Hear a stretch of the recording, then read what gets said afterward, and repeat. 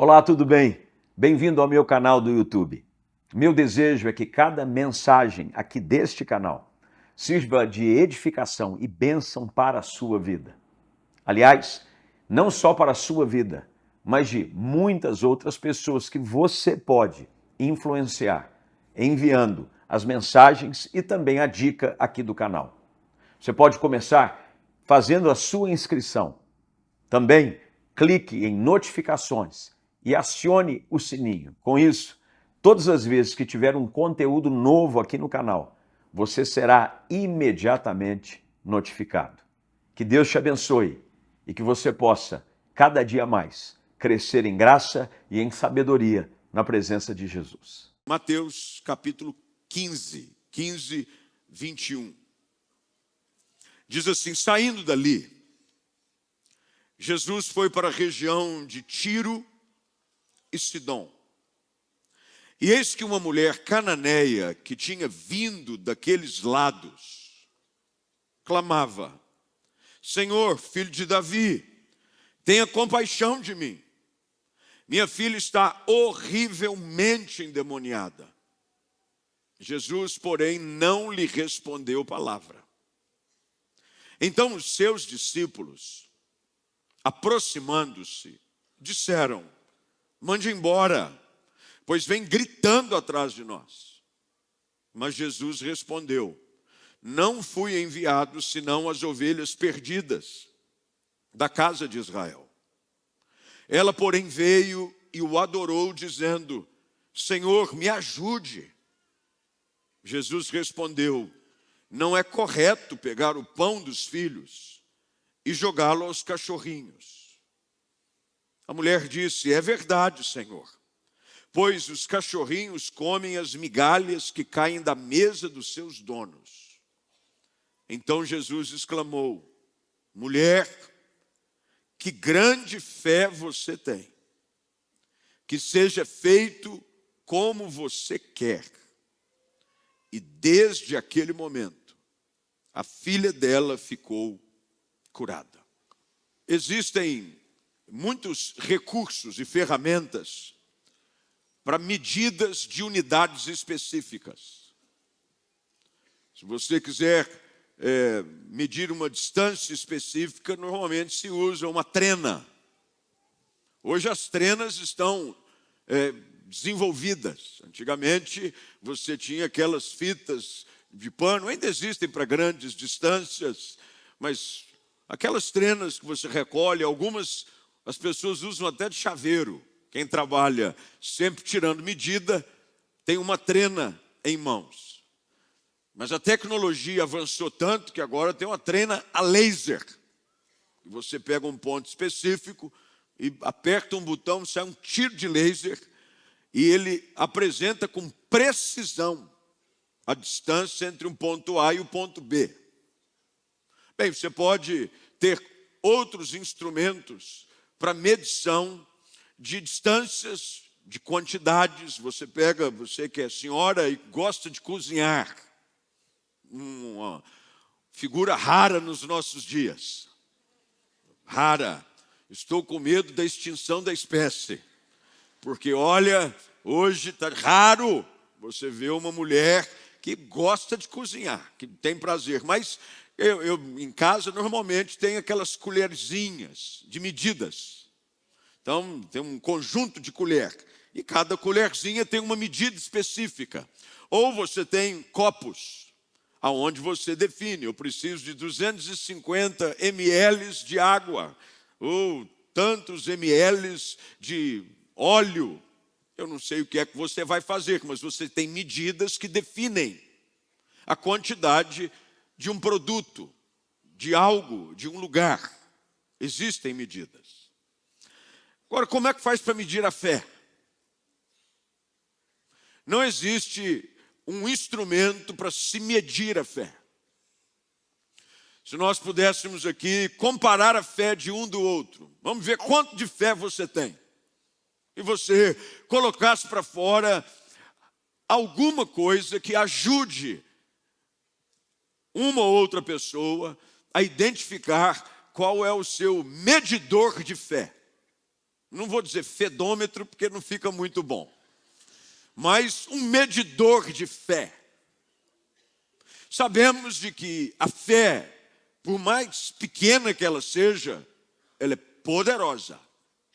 Foi Jesus quem disse que se tivermos a fé do tamanho de um grão de mostarda, ela é mais poderosa do que uma bomba atômica, porque diz, você vai dizer a esse monte, arranca-te daqui e lança-te ao mar, e vai acontecer.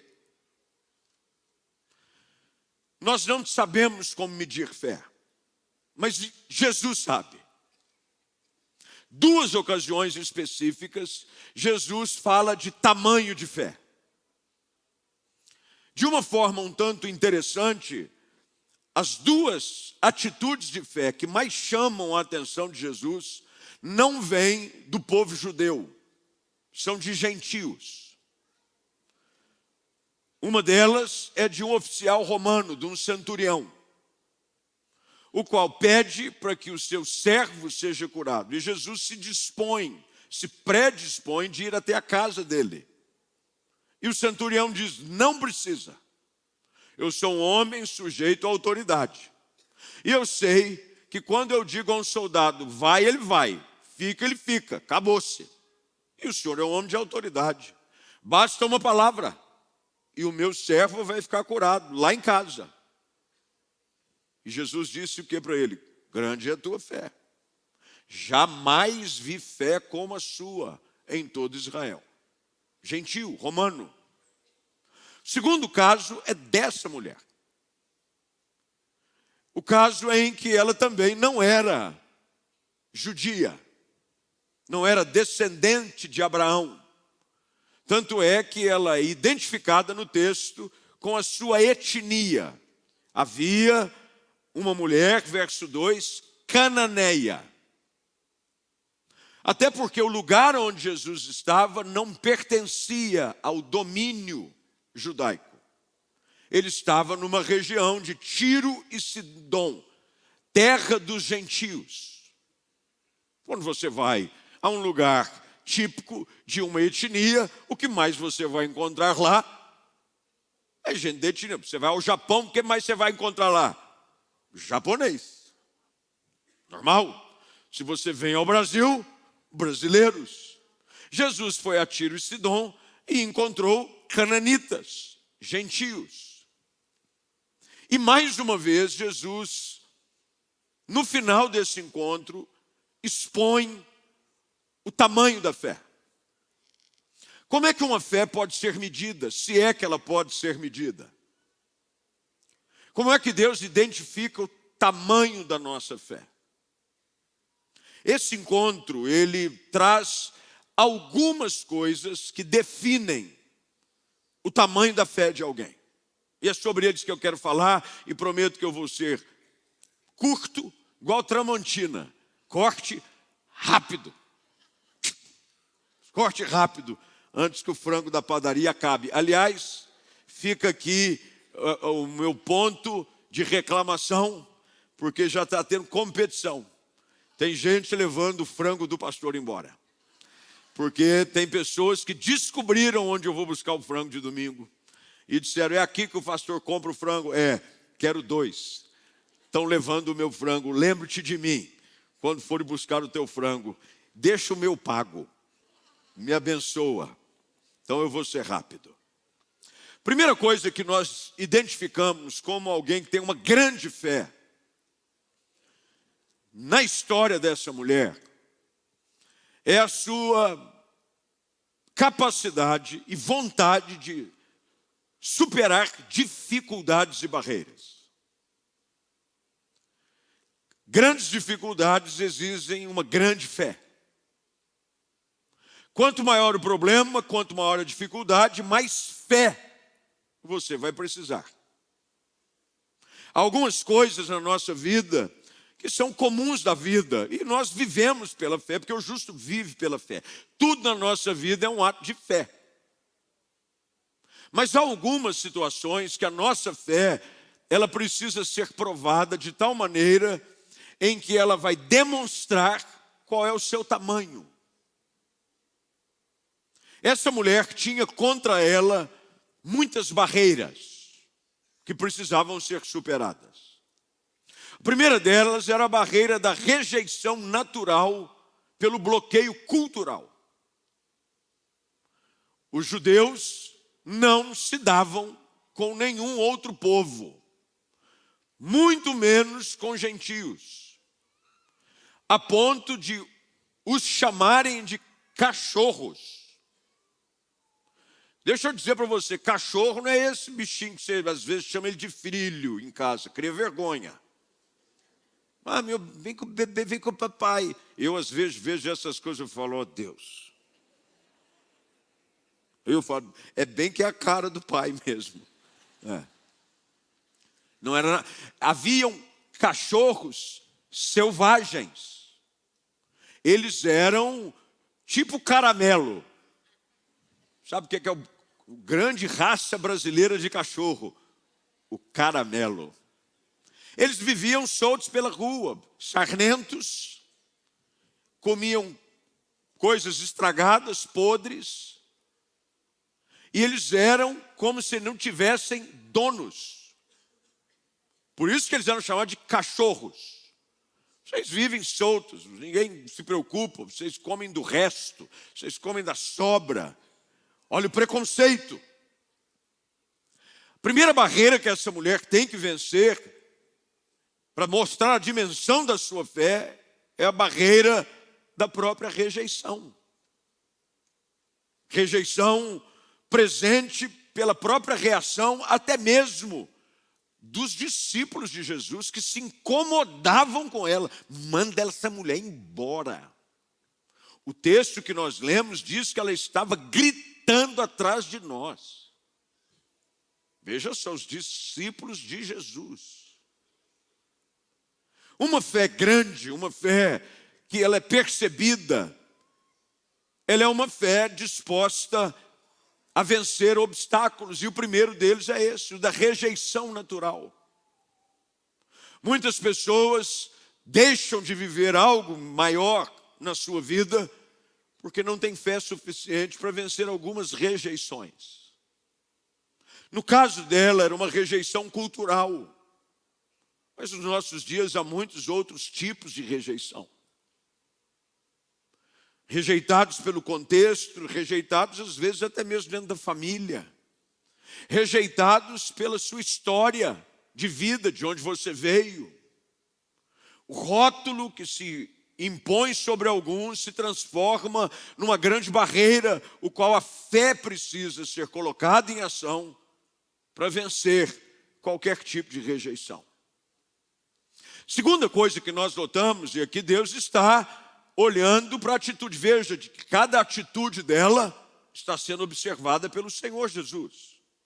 Jesus sabe que ela é cananita, Jesus sabe que ela é rotulada como rejeitada, mas a sua fé não a impede de buscar ajuda e crer que Deus pode ajudá-la.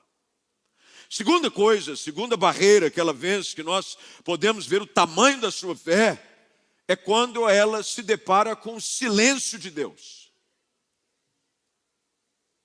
Ela clama, e ela clama dentro dos moldes corretos. Ela se aproxima usando o linguajar de alguém que cria em Jesus como Messias. Como é que ela se aproxima? Ela dizendo, Senhor, filho de Davi. Ela sabia de que da descendência de Davi viria o Messias. É por isso que Jesus é chamado de filho de Davi. Porque da descendência de Davi viria o Messias, aquele que reinaria, e o seu governo jamais teria fim. A maneira como ela aborda é correto. Ela faz tudo certo, ela vence a barreira do preconceito. Por exemplo, eu nunca fui à igreja. O preconceito, não sei como vão me tratar. Eu venho para o culto. Você vence a barreira da rejeição do preconceito. Vem para a igreja. Primeiro passo de fé. E ela clama, ela ora. Ela usa todas as palavras que cabem dentro do vocabulário gospel. Senhor, filho de Davi, tem misericórdia misericórdia. Nós ouvimos essa mesma expressão usada por Bartimeu na porta de Jericó.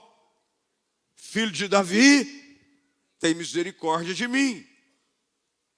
Mas a segunda barreira que essa mulher precisa vencer, que demonstra a dimensão da sua fé, é de que mesmo ela usando a oração correta, o argumento correto, reconhecendo quem Jesus era, há um silêncio. Olha o que diz a Bíblia, verso 23. Jesus não lhe respondeu palavra. É preciso uma grande fé para continuar esperando algo de Deus, quando você só ouve um silêncio. Você ora, clama, busca, vence alguns obstáculos e você não ouve nada. Você já perguntou por que às vezes Deus fica em silêncio quando você ora tão desesperadamente? Nada do que acontece nesse texto, na narrativa, é por acaso. Jesus está trabalhando com ela e Jesus está usando o caso dela para nos ensinar hoje ainda. Não é à toa que depois de 2000 anos nós estamos juntos na casa de Deus falando essa história, porque há algo aqui que Jesus estava querendo nos ensinar também. Por que Deus às vezes fica em silêncio? É difícil quando você precisa de socorro e ninguém te responde. Silêncio. Estou precisando de ajuda, Senhor. O caso dela era um caso complicado, válido. A minha filha está, e olha a maneira como ela se refere ao quadro da própria filha, horrivelmente endemoniada. É um horror. O que tem acontecido na minha casa com a minha filha é algo terrível, é horroroso de se ver. Silêncio. Bem, talvez o silêncio, no caso, fosse exatamente para provar a sua fé. A nossa fé, ela é provada e ela pode ser medida exatamente se nós estamos dispostos a continuar buscando e clamando, mesmo quando nós não temos uma resposta imediata. Silêncio. Provavelmente é uma das coisas que eu entendo nesse texto, que muitas vezes acontece conosco. Em que oramos, clamamos, insistimos, não obtemos resposta, mas Deus usa o silêncio dele para nos trazer para mais perto dele. Você vai ver de que o que Jesus procura fazer com o seu silêncio traz resultado nesse caso. O silêncio de Deus também serve para provar o nosso coração. Porque alguns filhos mimados, que quando não recebem o que querem, na hora que precisam, viram as costas. Jesus está provando o coração, no medidor de fé de Jesus com aquela mulher. Ele está olhando e observando cada detalhe, cada ação e cada reação àquilo que ele fazia. Mas há uma terceira barreira aqui, que essa mulher tem que enfrentar. É o descaso dos discípulos de Jesus. Em nenhum momento nós notamos um descaso de Jesus, até porque Jesus, ele não ignora ninguém. Não há ninguém que venha até ele, que ele lance fora. Todos que vão até Jesus, ele os recebe e os trata de uma forma pessoal. Mas olha o que a Bíblia diz. Ela vem, ela o adora. Você vai percebendo, já agora no verso 23, que então os seus discípulos, aproximando-se. Isso quer dizer que eles chegaram perto de Jesus. Aproximaram de quem? Foi aquela conversa no pé do ouvido. Ô Jesus, ô mulher chata, hein? pelo amor do teu pai. Ô mulher chata, ela não para de gritar. Manda ela embora. Alguns teólogos mais piedosos olham para o lado dessa palavra dos discípulos com um coração mais misericordioso. Não estavam querendo mandar ela embora, mas já com a bênção. Não é o que parece. Porque lembre-se de que os discípulos ainda não haviam sido plenamente santificados, porque o Espírito Santo não estava sobre eles. Então, muitos dos atos dos discípulos eram carnais. E nós sabemos de que muitos deles eram hipercarnais. Carne maturada. Aquela bem tratada. Manda ela embora. E ela tem que vencer uma terceira barreira. A barreira do desprezo. Desprezo dos outros. Quando ninguém se importa. Quando você pede ajuda e as pessoas querem se ver livre de você com o seu problema junto com você. Manda ela embora, isso é problema dela. Ela não é preocupação nossa, ela é cananita. Nós somos judeus. O Senhor não havia dito que o Senhor não veio salvar as ovelhas perdidas da casa de Israel. Ela não é daqui. Ela não tem nada a ver conosco. Manda ela embora. Mas essa mulher tem uma atitude, porque Jesus pega a palavra dos discípulos e coloca dentro do contexto de rejeição cultural, emocional para ela e diz, bem, olha as palavras de Jesus, verso de número 26. Não é correto pegar o pão dos filhos e jogá-lo aos cachorrinhos. Veja que agora Jesus está sendo muito cuidadoso. Lembre-se que eu disse que os gentios eram chamados de cachorros.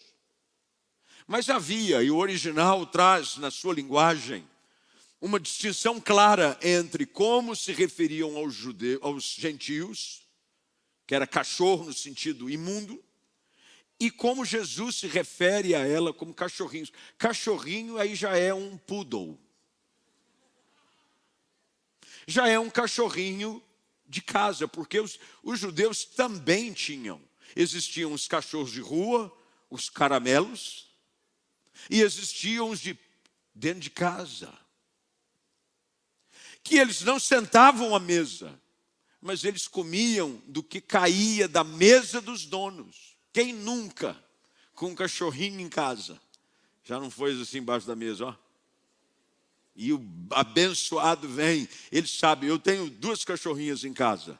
Uma pug, tem 9 anos, está ceguinha, tadinha, porque ela tem um probleminha no olho, mas ela tem um poder de audição, que ela ouve o barulho de talher no prato, e ela vem, e ela fica esperando cair alguma coisa. E a gente sempre, afinal de contas, é uma senhora, não podemos deixá-la desse jeito. E a gente sempre, por exemplo, domingo, ela sabe que é domingo, porque é o dia do frango. E no dia do frango, o que a gente não come do frango, nós desfiamos o frango. Ela entra em desespero. Ela fica, late. Com 9 anos, a juventude dela aflora.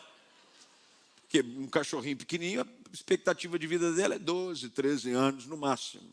Com a cegueira, eu não sei se ela dura muito tempo. Apesar que o que os olhos não veem, o coração não sente. Talvez que ela viva muito tempo. E ela vem, e ela come o frango de domingo. Meus irmãos, aí tem a outra que é a tangerina. A tangerina tem 1 ano. Ela enxerga, fala, faz de tudo. E também pega o resto do frango. Eu não compro frango para elas, mas elas comem do que sobra do frango. Olha a posição dessa mulher. Ela diz assim, ó, Jesus disse, a comida, o pão é dos filhos. Não vou tirar para dar para os pets. Se você quisesse colocar numa linguagem contextualizada e atualizada, Jesus estaria dizendo assim, eu não vou tirar a comida da mesa e dar para os pets. Mas olha o que ela diz: Senhor, é verdade. Ah, mas os cachorrinhos comem das migalhas. E nós descobrimos aqui uma outra barreira que ela tem que aprender a vencer, que demonstra o tamanho da sua fé, o seu orgulho. Ela tem que vencer o seu orgulho.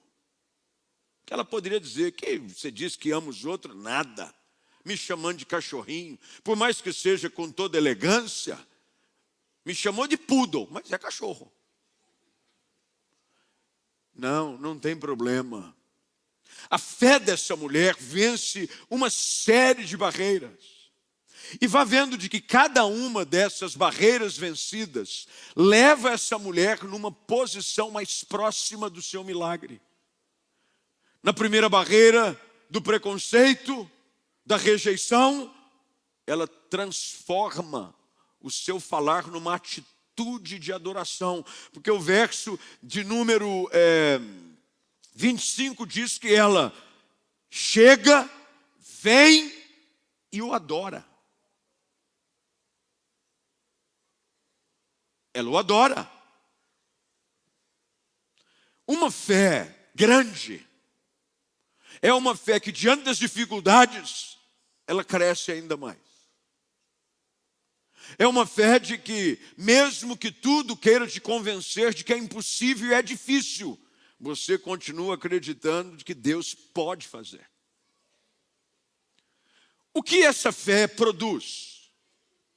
Bem, o texto é claro, e eu vou direto agora para a conclusão, quando diz que, quando ela fala dessa maneira, veja que agora, verso de número 28. Se você fizer uma leitura do texto e interpretá-lo, você vai ver de que todas as vezes Jesus ou está respondendo, ou Jesus falou.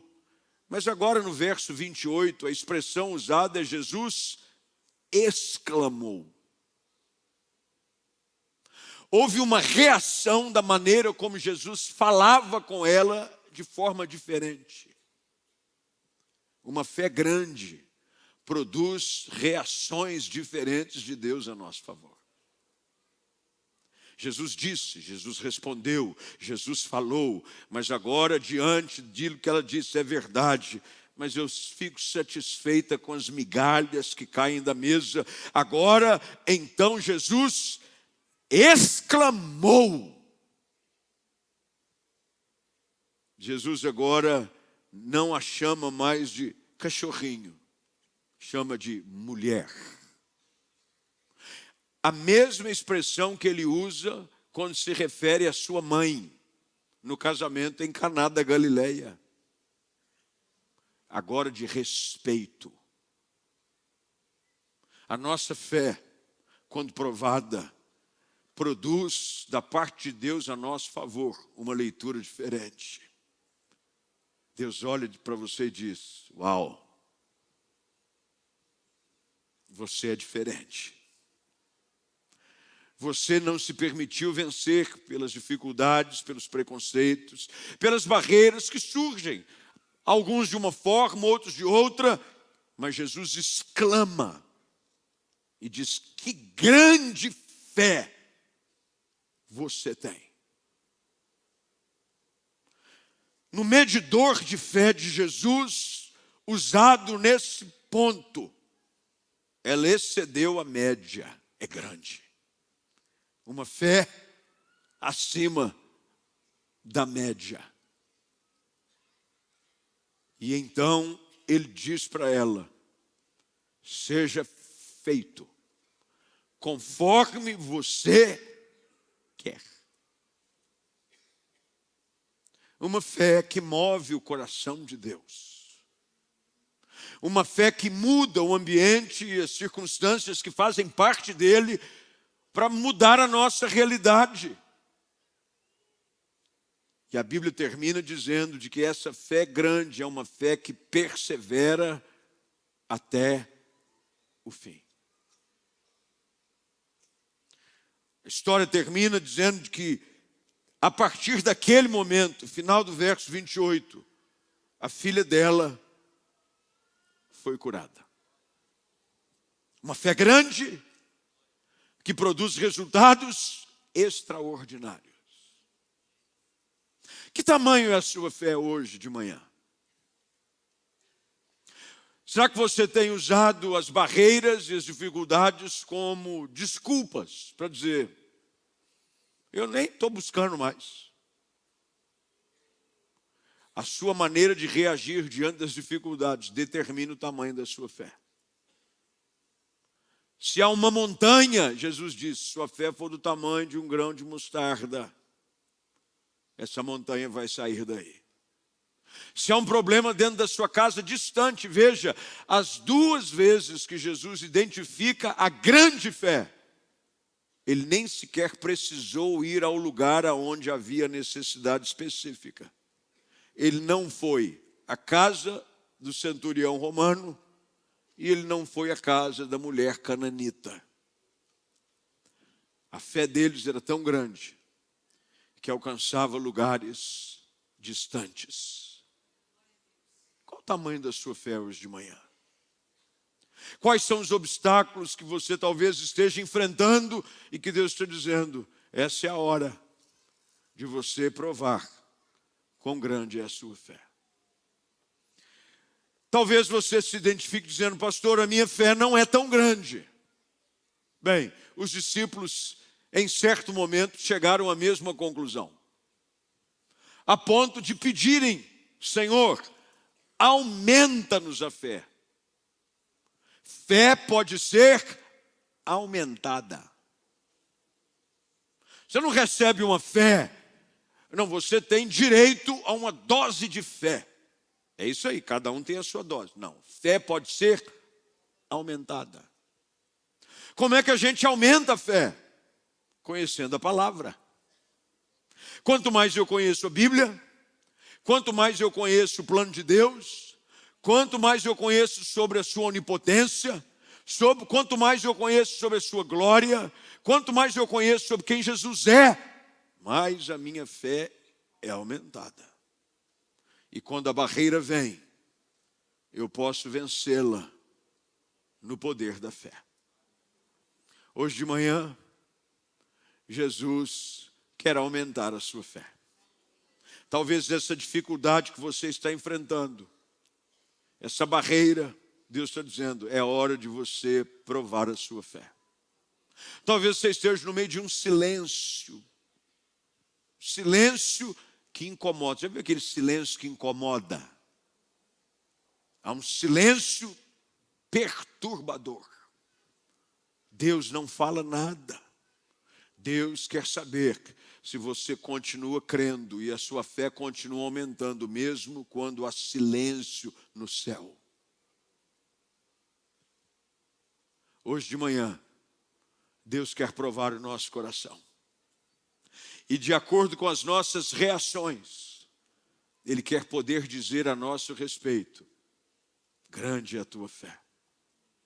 E porque você creu, e porque você não desanimou, e porque você não esmoreceu, vai acontecer do jeito que você disse que eu poderia fazer, porque eu honro a fé daqueles que nele creem.